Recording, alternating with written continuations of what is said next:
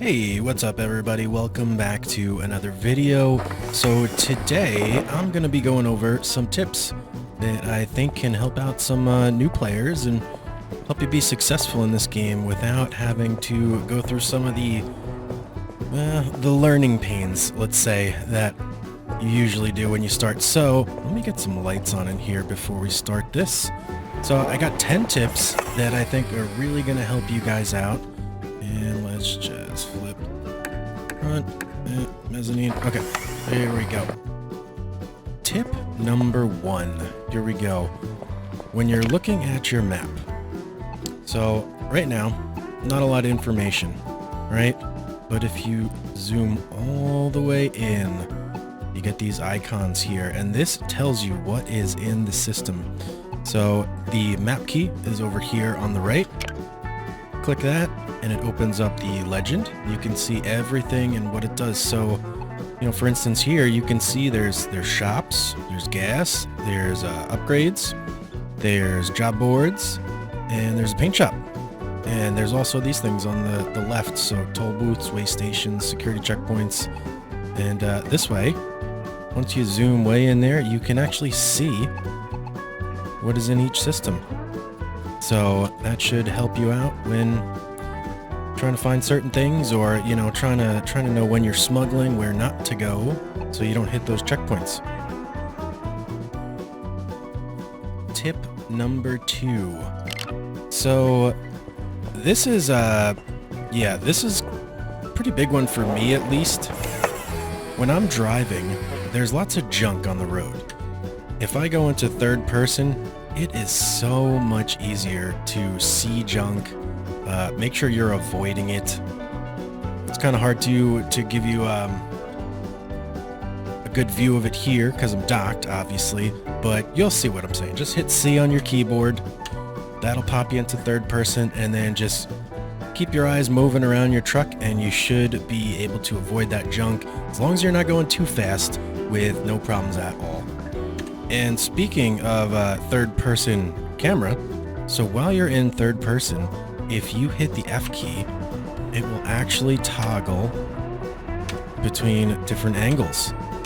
So that way you can, you know, if you want to drive from the hood of your truck, keep hitting F and bam, now you're on the hood, right? A lot easier to see things from there. Tip number 3. So sometimes you may have, let me find one here. You may have these burnout, the UCCs, right? So do not pull these out if you have not turned off your breaker first. It could, I think it could electrocute you, but also it'll turn every system off. So it trips the main breaker, and then you would have to come down here and turn everything back on manually to get everything going again. So, you know, try to avoid that at all costs. All right, that's, yeah. That's a no-no. Tip number 4. So, your suit, when at full power, can only handle 4 repairs. After the 4, you're going to run out of power, you're going to have to come back in, and you're going to have to recharge your suit. Now, to make your suit faster, there are upgrades. To upgrade to recharge your suit faster, there are some upgrades, and I'm going to get into that in one of the next tips. So tip number 5, this kind of piggybacks off of the suit tip from number 4. When you're out there doing repairs, if you run out of energy, you can still make it back to your truck. It's not going to stop you. The only time it's going to stop you is if you run out of oxygen. You run out of oxygen and you die.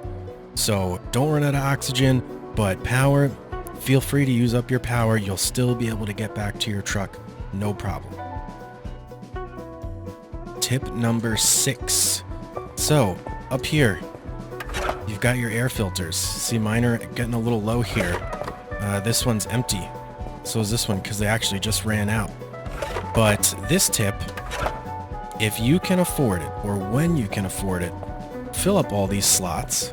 It's going to make your oxygen generation run much better. And then if 1 or 2 of these fails, you still have 2 more as backups.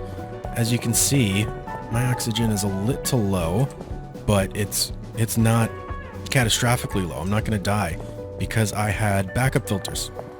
So when the two of mine ran out, I was still good to go. So yeah, as soon as you can afford it, try and fill up all those slots. Tip number 7. So if you can kind of see where I am, let me get my third-person camera going here. Oh, gotta get back to... there we go. So, right here on the map, below 80,000 miles, you can come here. This is an Atlas Prime. It is right here. This is the upgrade shop. And what you can do here is get free repairs for your truck. And that's below 80,000 miles. So you can go there. There's a button you click, gives you a full 100% repair. So you'll know if you need repairs because your truck will just look like junk, right? Like you see mine is nice and shiny, looks good right now. If yours looks like an old rust bucket, come on over here. Just get yourself a free repair and you'll be patched up, good to go. Tip number 8, this is also the same place over here. So this is where you're going to come to get your upgrades as well. So earlier we had talked about the suit recharger.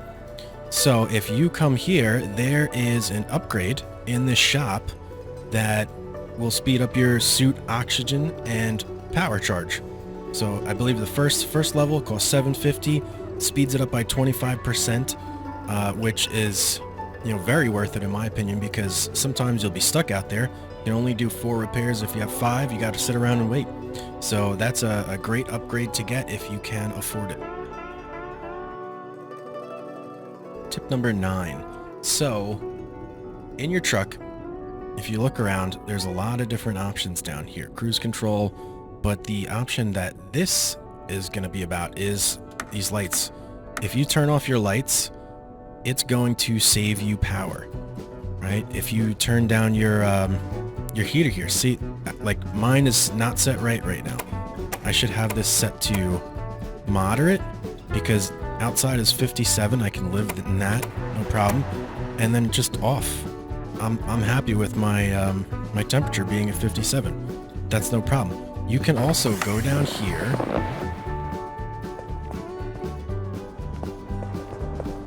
and switch these off, right? If you're docked or you're hauling something, keep your mag locks on.